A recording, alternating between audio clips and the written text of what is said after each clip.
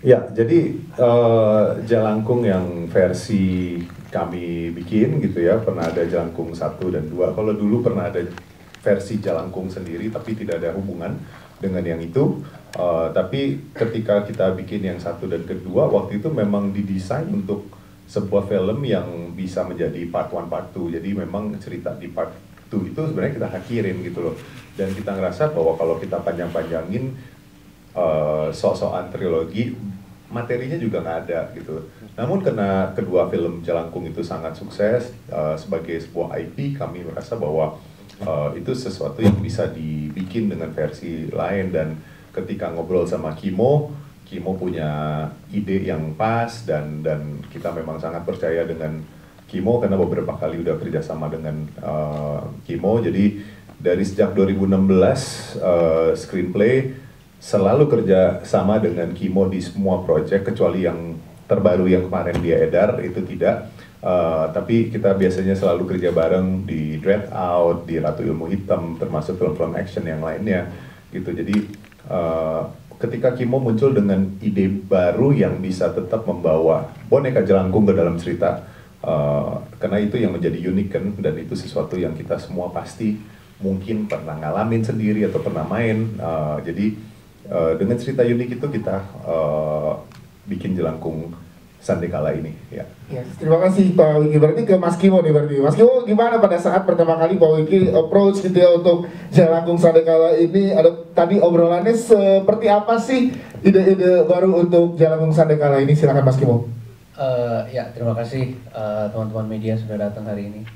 Jadi memang ceritanya dari kita memang mau menaikkan kembali Jalangkung franchise ini menjadi sesuatu yang baru lah gitu ya. Dan di sini sebenarnya saya ada sebuah cerita juga yang saya mau menceritakan mengenai sebuah keluarga gitu yang mengalami sebuah tragedi, dan itu kita bisa menggabungkan ide tersebut, dan itulah menjadi dari sana Pak Wiki menjadi lebih kayak wah oke, this is something story yang kayaknya kita bisa kita ajukan nih untuk kita tayangkan gitu. Nah disitulah prosesnya sangat lumayan lama. Kita juga nggak mau terlalu terburu-buru gitu. Jadi kita ada proses menulisnya, terus kita prepnya, dan kita mengambil semua resiko tersebut di masa yang lumayan tough sih gitu. Ya, Mas Kimo, berarti ini kalau kita lihat di judulnya kan Jalangkung Sandekala gitu ya. Ini tadi Mas Kimo juga bilang ini pendekatannya juga dengan ada berpusat di keluarga dan juga mitos Sandekala. Betul. Nah ini gimana waktu itu ngobrolnya penggabungan dari mitos ada Jalangkung kemudian Sandekala ini gimana, boleh ceritakan ke teman-teman media Mas Kimo? Iya, jadi Sandekala sendiri sebenarnya sesuatu hal yang quite umum lah ya. Arti dan Sandekala itu memang sangat familiar di Jawa Barat, tapi di Indonesia bagian lainnya juga sebenarnya artinya ada juga yang sama mengenai hal tersebut gitu. Nah itu kita bisa menggabungkan karena cukup menarik ya, dan kayaknya almost setiap orang Indonesia gitu mungkin pernah mendengar bahwa lo kalau misalnya lagi saat matahari terbenam atau saat maghrib janganlah keluar gitu kan, cobalah kalian masuk ke dalam gitu. Sebenarnya ada apa sih di situ? Dan itu yang membuat kita menarik, dan kita melihat bahwa ini adalah sesuatu hal yang bisa kita explore. Jadilah ini kita bisa gabungkan dengan ke dalam cerita Jalangkung ini. Yes. Ke Pak Wiki lagi, berarti apa yang akan nanti masyarakat dapatkan Pak untuk nanti setelah nanti tayang dan juga nonton pendekatannya ini ada keluarga, kemudian ada mitos. Tadi seperti apa sih Pak rasanya nanti untuk penonton Indonesia Pak? Tentunya pasti yang kita berharap adalah bahwa cerita yang disajikan tuh ada pendekatan yang umum ya dengan masyarakat. Jadi kalaupun itu sebuah mitos gitu ya, sebenarnya kan mungkin waktu maghrib mesti masuk rumah karena sebenarnya buat sholat, tapi kan banyak yang mengartikan bahwa oh itu nanti ada jin keluar, ada setan keluar, ada apa. Nah di cerita kita ini tentunya kita membawa mitos-mitos yang lebih dipercaya di masyarakat ya tentunya gitu. Jadi kita explore cerita-cerita itu, tapi tidak lepas dari sebuah permainan atau sebuah medium yang biasa digunakan untuk dunia lain ya, dan saya sendiri pernah memainkan Jalangkung itu gitu, dan pernah lihat dengan mata kepala sendiri sih. Ini dulu ya pas masih kecil gitu. Jadi buat saya nggak bisa bilang bahwa itu mitos, karena saya lihat dengan mata kepala saya sendiri, mengalami bisa gerak. Jadi bukan mitos sih kalau yang Jalangkungnya ya gitu. Jadi tentunya menarik sih bisa membawa mitos-mitos ini atau cerita-cerita rakyat ini dikemas dengan tentu Kimo sangat terkenal dengan kualitas ya gitu loh, kualitas dari production value dan tentunya directing.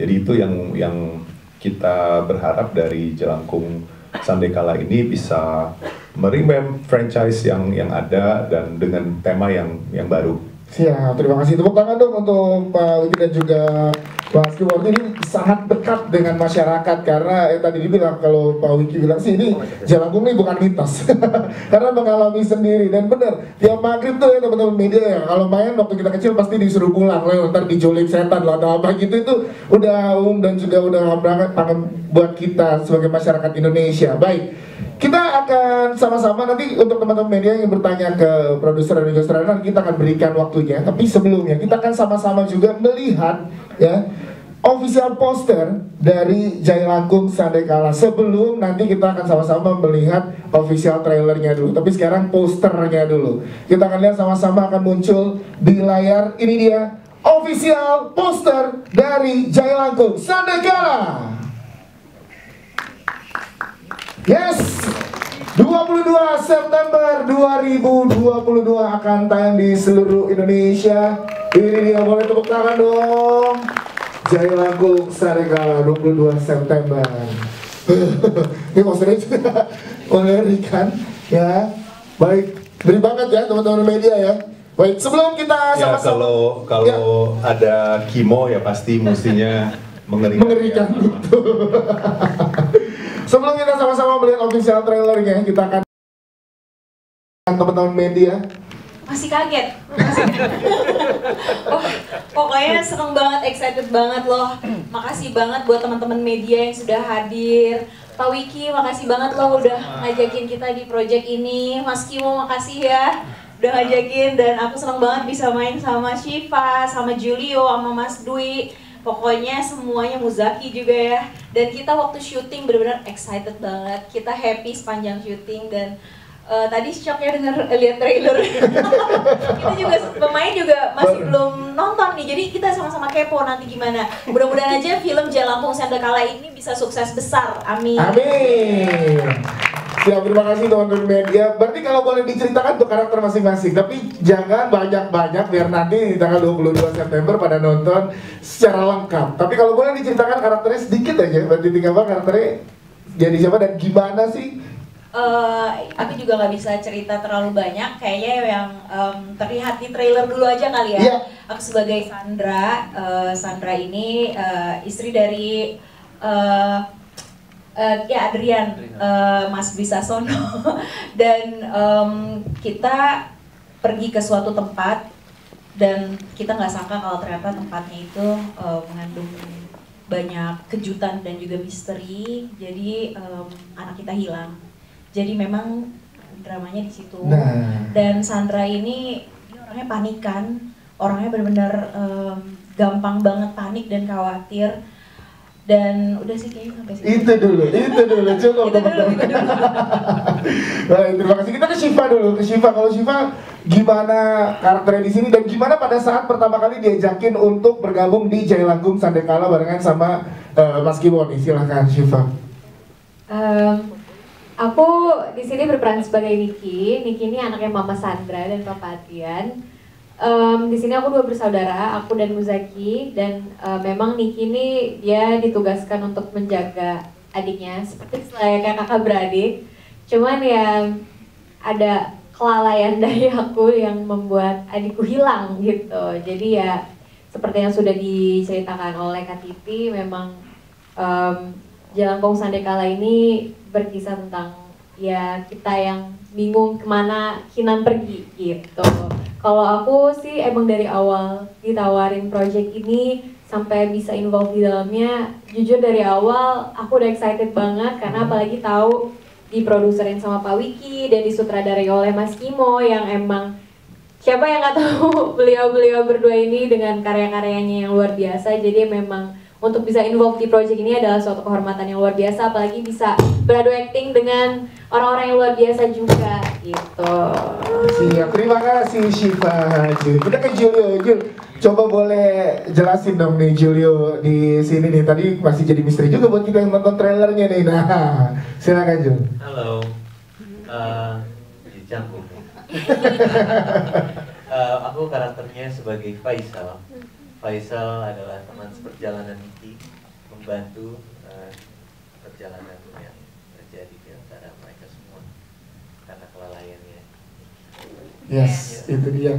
Jul kan bukan pertama kali kerja sama Mas Kimo kan. Nah, gue pengen tahu gimana ceritain ke teman-teman media dong. Di Jailangkung Sanakala ini treatment seperti apa yang Mas Kimo berikan khususnya untuk karakter yang lo perankan di sini, Jul? Dengan treatment yang dijalin oleh Mas Kimo tapi dengan warna yang berbeda, dengan kultur yang dekat dengan sekarang dalam ruang lingkup sekitar kita. Yes, jadi ini bisa sangat meriah juga untuk pengalaman pribadi syuting sama Mas Kimo. Kemarin di sana gimana? Exciting, terrifying. As always ya kalau sama Mas Kimo ya. Yes. Yes. Nah, ada apa Mbak Titi? Kalau Mbak Titi boleh ceritain dong gimana proses pengalaman syuting sama Mas Kimo, masih seperti apa? Galak banget sih. Karena kita nontonnya tadi udah teriak di sini. Gimana Mbak Titi? Prosesnya sih syutingnya karena emang dari segi setnya waktu itu kita syuting di Waduk Mo ya, itu emang udah serem banget. Kalau pulang juga tantangan banget, pulang syuting kan pagi. Serem juga gitu. Ke malam-malam kita di situ kita juga takut gitu. Dan dari setnya juga bagus banget, kita suka banget. Dan dari awal banget, kita boleh cerita nggak sih? Yang dari awal banget. Nah, ada apa? Dari awal tuh ada apa? Boleh ceritain ya ke teman-teman media, boleh dong. Kenapa ada apa di awal Mbak Titi? Dari awal kita syuting hari pertama, waktu kita lagi mulai ini Selamatan, oke. tuh aku cuma lagi kayak story biasa gitu loh, kayak lagi mengabadikan momen aja. Dan tadi aku nggak cuma kayak malamnya pas aku lagi duduk sama Syifa, tadi tuh ada suara apa sih, itu dari HT atau apa sih, yang mana Kak? Nggak ada gitu kan, pas dengar kita serem banget. Soalnya pas syukuran kan hening banget kan, terus HT juga dimatiin semua karena ya baca doa gitu. Terus yang di sebelahnya Kak Titi itu ya aku, terus juga Mas Dwi. Maksudnya kita ya nggak ngomong apa-apa juga, kita normal suaranya. Terus gimana Kak? Iya, terus tiba-tiba ada suara serem banget yang yang benar Mbak Titi. aku masih ada sih Ada videonya. Jadi di realnya tuh nggak ada suara apa-apa, kita nggak dengar apa-apa. Ternyata pas di video masuk ada suara itu. Mas Kimo gimana ini? Aku play dikit ya. Coba nih di depan teman-teman media nih, berarti lu pertama kali juga nih. Wow, boleh dideketin coba mikrofonnya kita.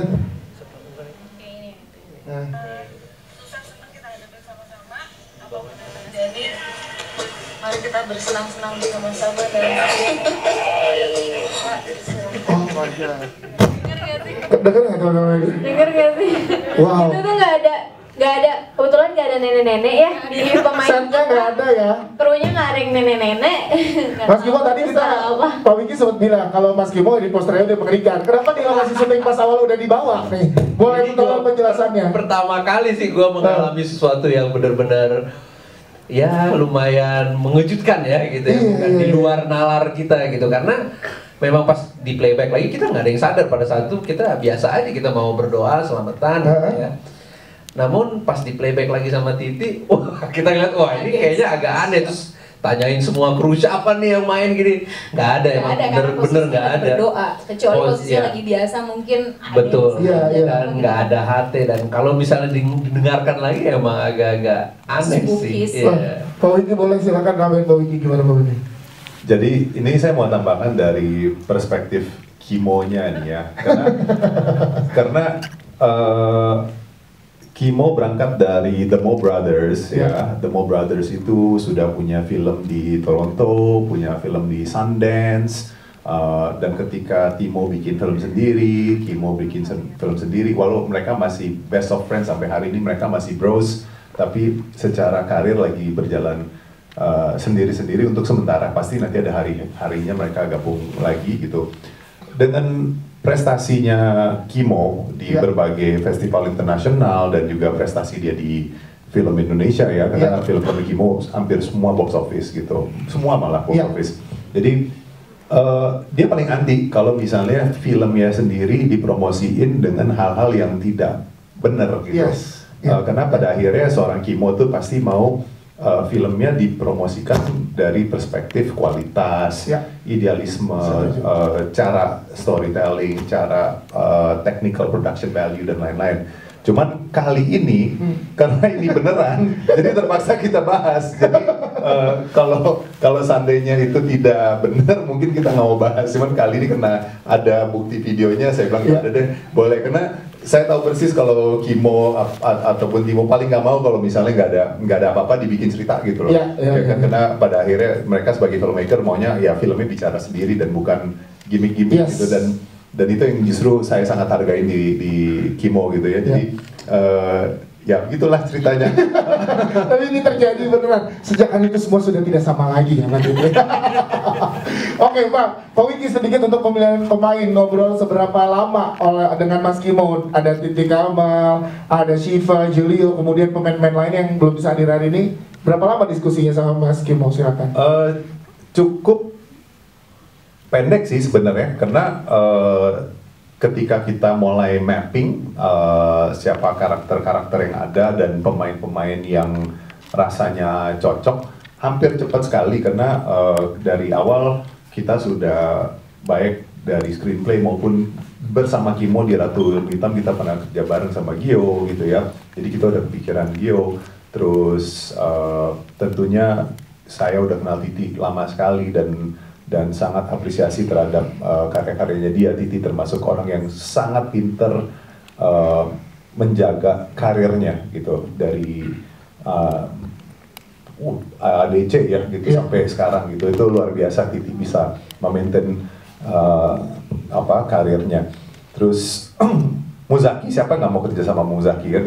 Itu pasti Muzaki sekali kerja bareng tuh pasti pengen kerja bareng terus gitu loh, karena itu anak luar biasa sih etos kerjanya, dan tentunya ketika kita sama Dwi kita tahu bahwa kualitas Dwi Sasono itu seperti apa, karena kita butuh seorang sosok father figure yang tough, tapi sebenarnya nggak terlalu tough juga, karena ini bicara anak kan gitu, jadi nggak terlalu tough.